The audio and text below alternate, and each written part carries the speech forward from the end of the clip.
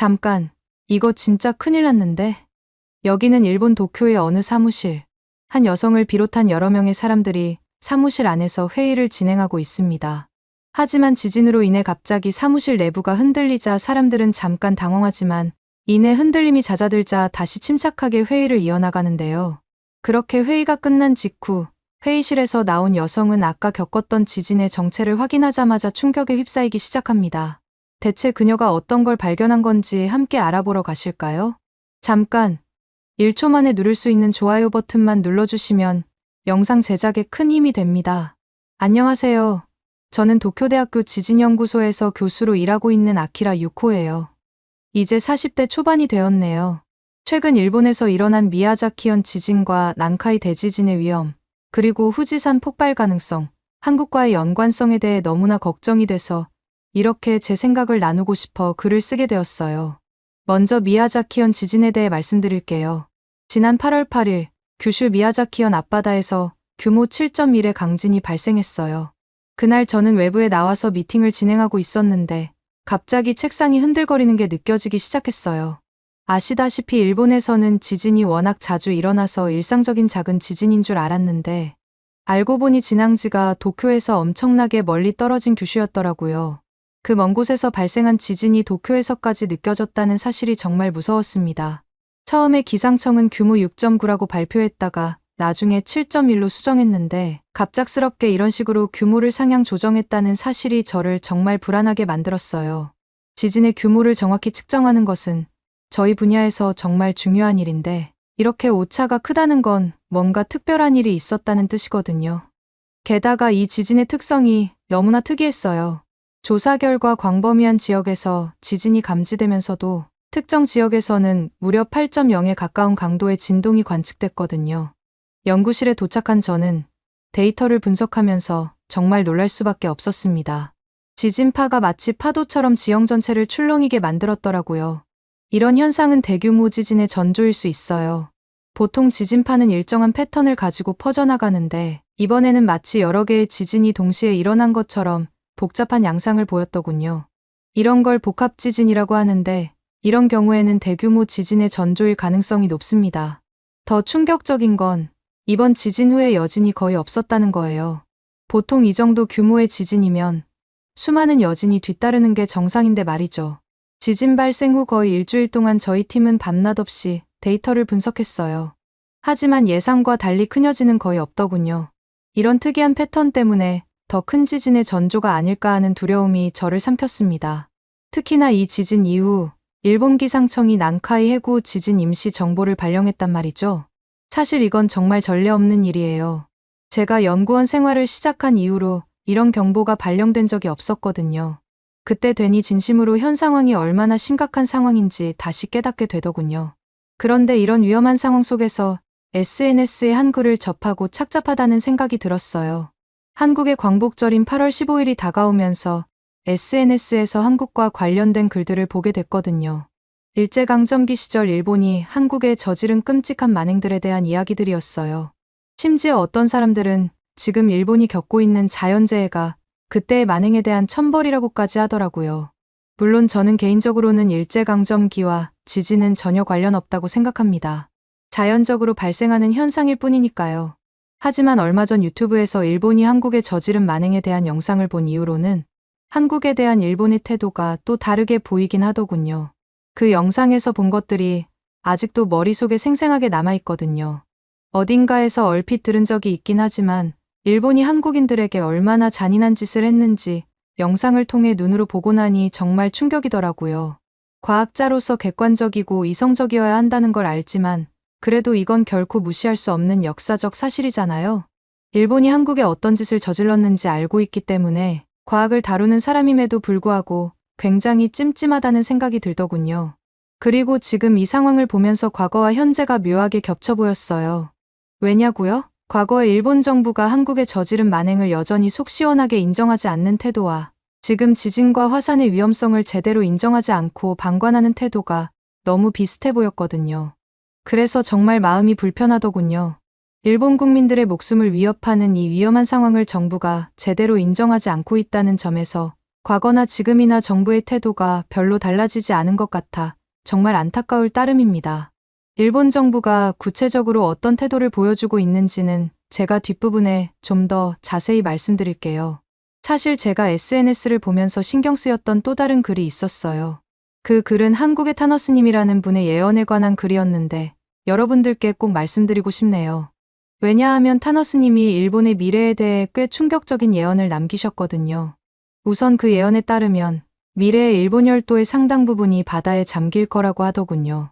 심지어 일본 영토의 3분의 2가 물에 잠겨 많은 사람들이 피해를 입을 거라는 거 아니겠어요? 살아남은 사람들은 주로 한국으로 피난을 가서 난민으로 살게 될 거라는 내용도 있었어요. 솔직히 처음에는 그저 허무맹랑한 이야기라고 생각했어요. 미래를 예언한다는 게 말이 안 되잖아요. 하지만 계속 읽다 보니 왠지 모를 불안감이 들더라고요. 특히 이런 재앙이 일본이 일제강점기를 비롯해서 과거에 한국에 저지른 만행들 때문에 일어날 거라는 부분에서 마음이 무거워졌습니다. 타너스님은 이걸 인과응보의 법칙이라고 설명하셨더군요. 과거에 한국이 일본에 많은 도움을 줬는데 일본이 오히려 한국을 침략하는 식으로 배은망덕한 행동을 했기 때문에 이런 재앙을 맞게 된다는 거죠. 물론 이런 예언을 그대로 믿기는 어려워요. 하지만 동시에 완전히 무시할 수만도 없다는 생각이 들어요. 특히 요즘 일본의 상황을 보면 마치 그 예언이 현실이 되고 점점 맞아 들어가는 것 같아 더욱 찜찜할 따름입니다. 아무튼 이런저런 생각을 하면 할수록 더욱 책임감이 느껴지더라고요. 저희가 지금 직면한 위험을 제대로 알리고 대비책을 마련하는 것이 단순히 과학자로서의 의무를 넘어서 역사적인 책임을 다하는 일이라는 생각이 들었어요. 과거의 잘못을 반복하지 않기 위해서라도 저희는 더욱 열심히 노력해야 된다고 생각해요. 특히나 요즘 관측되는 전조 증상들을 종합해보면 최악으로는 난카이 대지진으로까지 이어질 수 있는 상황이니 더더욱 신경 써야겠죠. 아, 그러고 보니 난카이 대지진에 대해 잘 모르시는 분들도 계실 수 있겠군요. 좀 더 자세히 설명해 드릴게요. 난카이 해구는 일본 시즈오카현에서 규슈 남단까지 이어지는 약 800km 길이의 해저협곡이라고 할 수 있어요. 이곳은 필리핀판과 유라시아판이 만나는 지점이에요. 두 판이 서로 부딪히면서 엄청난 압력이 쌓이고 있죠. 이 압력이 한계점에 도달하면 대규모 지진이 발생하는 거예요. 이 지역에서는 약 100년에서 150년 주기로 대규모 지진이 발생해왔어요. 역사적으로 보면 1707년 호에이 지진, 1854년 안세이 도카이 지진, 1944년 도난카이 지진, 1946년 난카이 지진 등이 있었어요. 문제는 마지막 큰 지진이 1946년에 있었다는 거죠. 그 후로 거의 80년이 지났어요. 저희 연구팀의 분석으로는 앞으로 30년 내에 이 지역에서 대지진이 일어날 확률이 무려 70에서 80%에 달해요. 이게 얼마나 위험한 상황인지 설명해 드릴게요. 난카이 대지진이 발생하면 그 피해는 상상을 초월할 거예요. 저희 팀의 시뮬레이션 결과를 보면 정말 끔찍합니다. 우선 최대 34m 높이의 쓰나미가 올 수 있어요. 이건 15층 건물 높이예요. 상상이 되세요? 이런 쓰나미가 해안 지역을 덮치면 순식간에 모든 것이 휩쓸려 가겠죠. 거기다가 인명피해도 엄청날 거예요. 저희 예측으로는 사망자 수가 약 25만 명에 달할 수 있습니다.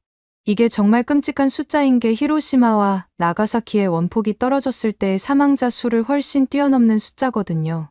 게다가 부상자와 실종자까지 합하면 그 수는 더 늘어날 확률이 매우 높습니다. 경제적 피해도 어마어마해요.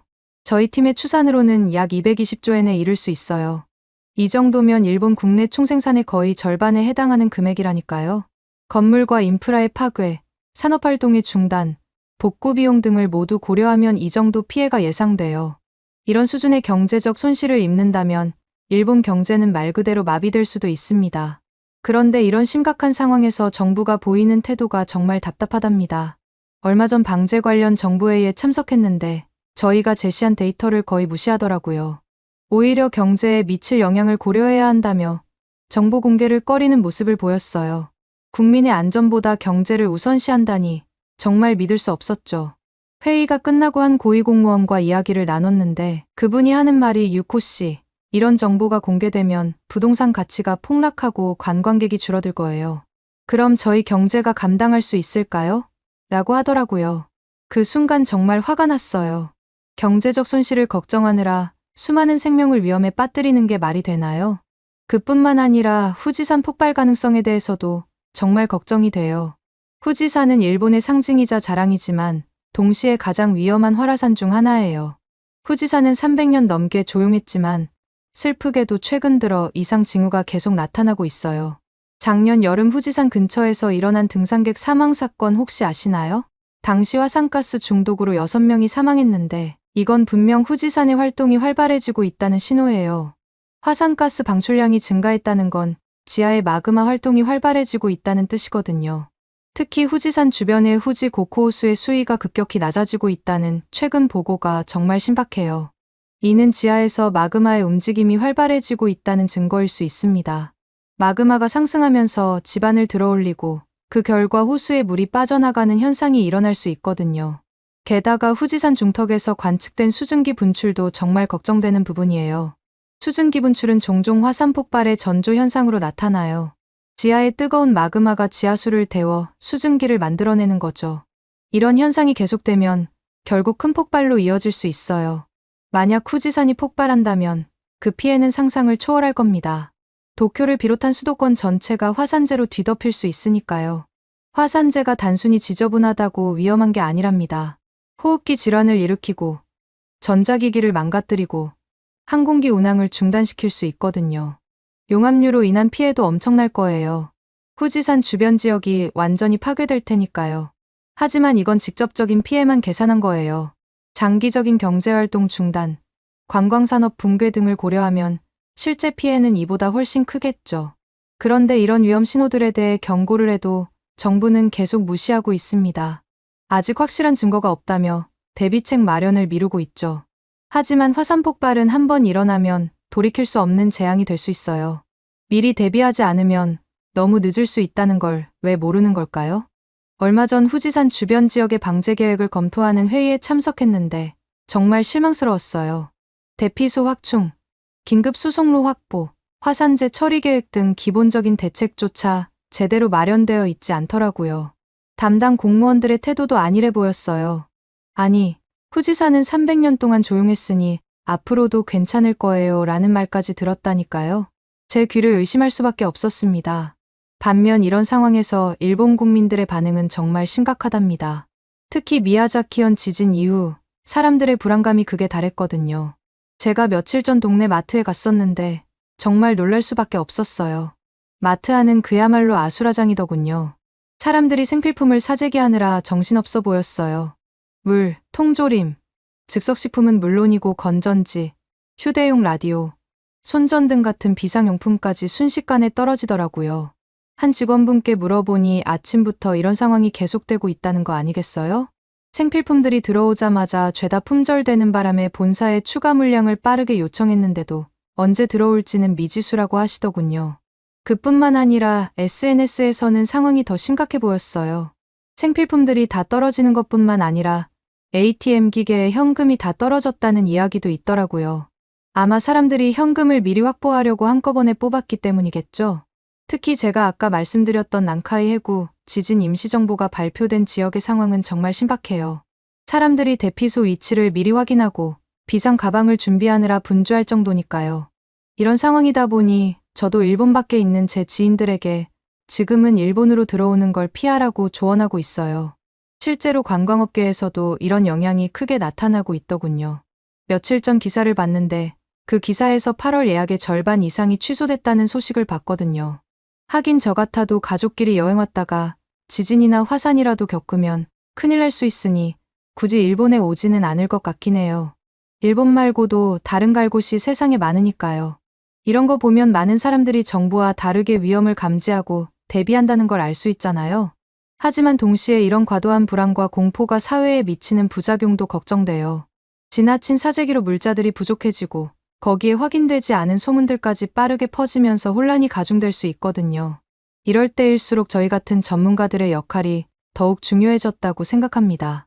사람들이 혼란스러울 때 최대한 정확한 정보를 제공해서 과도하게 위축되는 걸 방지하고 적절하게 대비하도록 만드는 존재가 필요하잖아요. 반면 요즘 같은 상황을 보다 보면 정부의 대응이 얼마나 미흡한지 다시 한번 느껴요. 국민들이 안전하다고 느낄 수 있도록 제대로 된 정보와 대책을 제시했어야 하는데 그러지 못했죠. 오히려 위험성을 축소하고 은폐하려는 듯한 태도를 보이니까 불안해할 수밖에 없어요. 후쿠시마 원자력 발전소 사고 때도 지금 같은 시기였는데 결국 시간이 지난 지금까지 국민들을 속이고 있었다는 게 계속해서 밝혀지고 있잖아요. 특히 최근 한국의 재난 대응 시스템에 대해 알게 되면서 일본의 부족함을 더욱 뼈저리게 느끼고 있어요. 한국은 드론을 활용한 재난 대응 시스템을 정말 체계적으로 운영하고 있더라고요. 대규모 재난 시 드론을 이용해 신속하게 상황을 파악하고 인명구조에 활용한다고 하더군요. 일본도 이런 시스템을 도입한다고는 하지만 아직 한국만큼 체계적이지 못한 것 같아 아쉬웠습니다. 사실 이 부분이 정말 답답합니다. 과거에는 일본이 전점이나 로봇 기술로 유명했지만 지금은 그렇지 않다는 게 현실이거든요.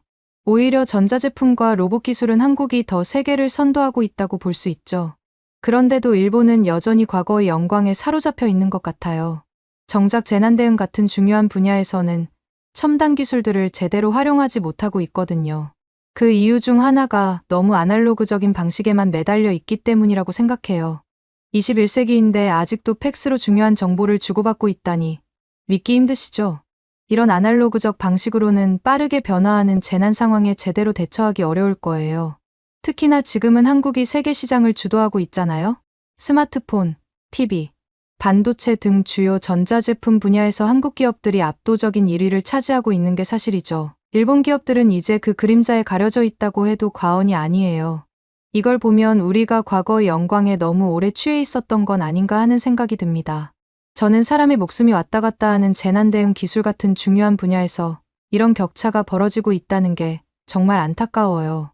우리가 한때 가졌던 기술력들이 어쩌다 이렇게 구시대의 산물이 되었는지 모르겠습니다. 이제는 현실을 직시하고 한국처럼 첨단 기술을 적극적으로 활용하는 방향으로 빠르게 전환해야 할 것 같아요. 이대로는 자연재해가 아니더라도 정말 다른 나라들의 기술력에 밀려 경제적으로 파묻힐 수도 있을 테니까요. 반면 한국은 재난 상황에서 시민들이 자발적으로 협력해서 지자체들과 문제를 해결하는 능력이 정말 굉장하더군요. 지진이나 홍수, 산사태 같은 자연재해가 발생했을 때에도 시민들이 서로 도와서 문제들을 해결하던데 이런 모습을 보면 일본도 배울 점이 많다고 생각했습니다. 반면에 저희 정부는 여전히 중요한 정보를 제대로 공개하지 않고 있어요. 최근 50년 이내 난카이 대지진 발생 확률을 80%에서 90%로 정부 내부적으로만 상향 조정했다는 소식을 들었을 때는 정말 놀랐습니다. 이런 중요한 정보를 왜 지금까지 숨기고 있었는지 이해할 수 없더군요. 국민들의 알 권리를 무시한 처사라고 생각해요. 심지어 들리는 소문으로는 일본의 지도층들이 국민들을 안심시킨 이후에 자기들끼리 먼저 일본을 탈출하기 위한 계획을 몰래 짜고 있다는 소문까지 있다니까요. 물론 소문이기는 하지만 지금까지 항상 몰래 무언가 일을 꾸며왔던 정부 측의 행동으로 미루어 봤을 때 전혀 신빙성 없는 얘기는 아니라는 생각이 듭니다. 이런 일본과는 다르게 한국은 엄청난 일을 하고 있다는 충격적인 일화가 한국 전역을 넘어 일본까지 퍼져 있더군요. 큰 파장을 일으키고 있는 이 이야기를 좀 더 자세히 전달해드리기 위해서 제 이야기는 여기서 마치겠습니다. 곰팡이로 뒤덮여 있는 집안과 빗살에 종이 바른 문, 외관은 벽이 파이고 갈라져 곧 무너질 듯 아슬아슬해 보입니다. 그런데 이 집 주인의 정체성을 보여주듯 작은 태극기가 하나 눈에 띄는데요. 그렇습니다. 해당 집에 거주하는 90대 중반의 노인은 6.25 한국전에 참전한 최원규 참전용사로 1950년 6월 25일 전쟁 발발 후부터 정전 때까지 수많은 전투에 참전했습니다. 하지만 현재 그가 사는 곳은 무더운 여름에는 곰팡이가 더욱 심하게 펴 쓰레기장과 같은 악취가 난다고 하며 겨울에는 종이문으로 단열이 되지 않아 동상에 걸릴 듯한 추위를 느껴야만 한다고 전해집니다. 더욱 충격적인 건 한국을 지키기 위해 총을 잡았던 손은 현재 절단이 되어 기본적인 숟가락을 쥐거나 펜을 들거나 하는 등의 일상생활조차 할 수 없는 처참한 상황인데요. 하지만 그는 비록 자신의 환경은 참혹하지만 밖에 나와 지금의 대한민국을 보면 한국전에 참전했던 게 전혀 후회되지 않는다고 이야기하고 있습니다. 요즘 이런 처참한 환경 속에 사는 한국전 영웅들의 소식이 자주 들리고 있습니다.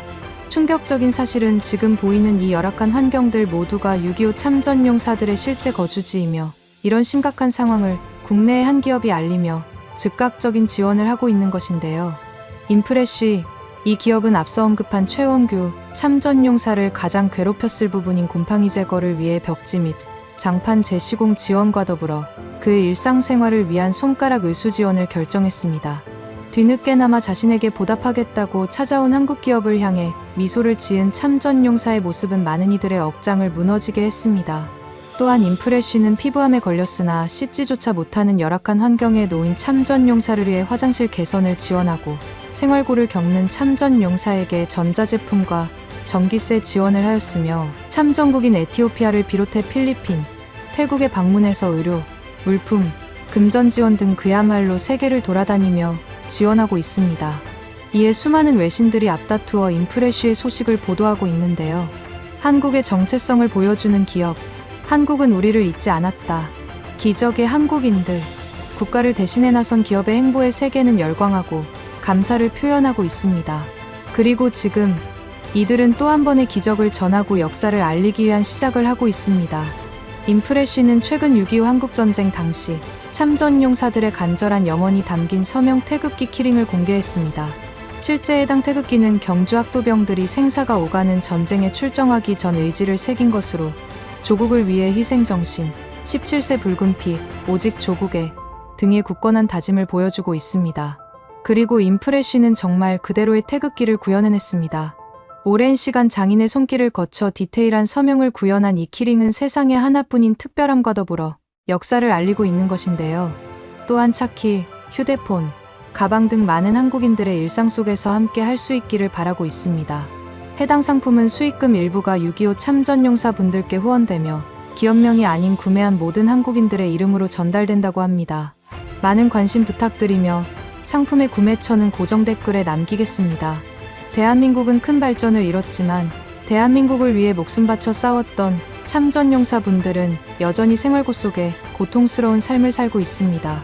국가를 위해 헌신한 영웅들의 삶이 개선될 수 있기를 바라며 많은 분들의 응원과 관심 부탁드리겠습니다. 오늘의 사연은 어떠셨나요? 오늘의 사연이 마음에 드셨다면 좋아요만 한번 눌러주세요. 1초밖에 안 걸리지만 좋아요를 한번 눌러주시면 더 좋은 사연을 소개해드리는데 큰 힘이 된답니다. 긴 영상 시청해주셔서 감사합니다.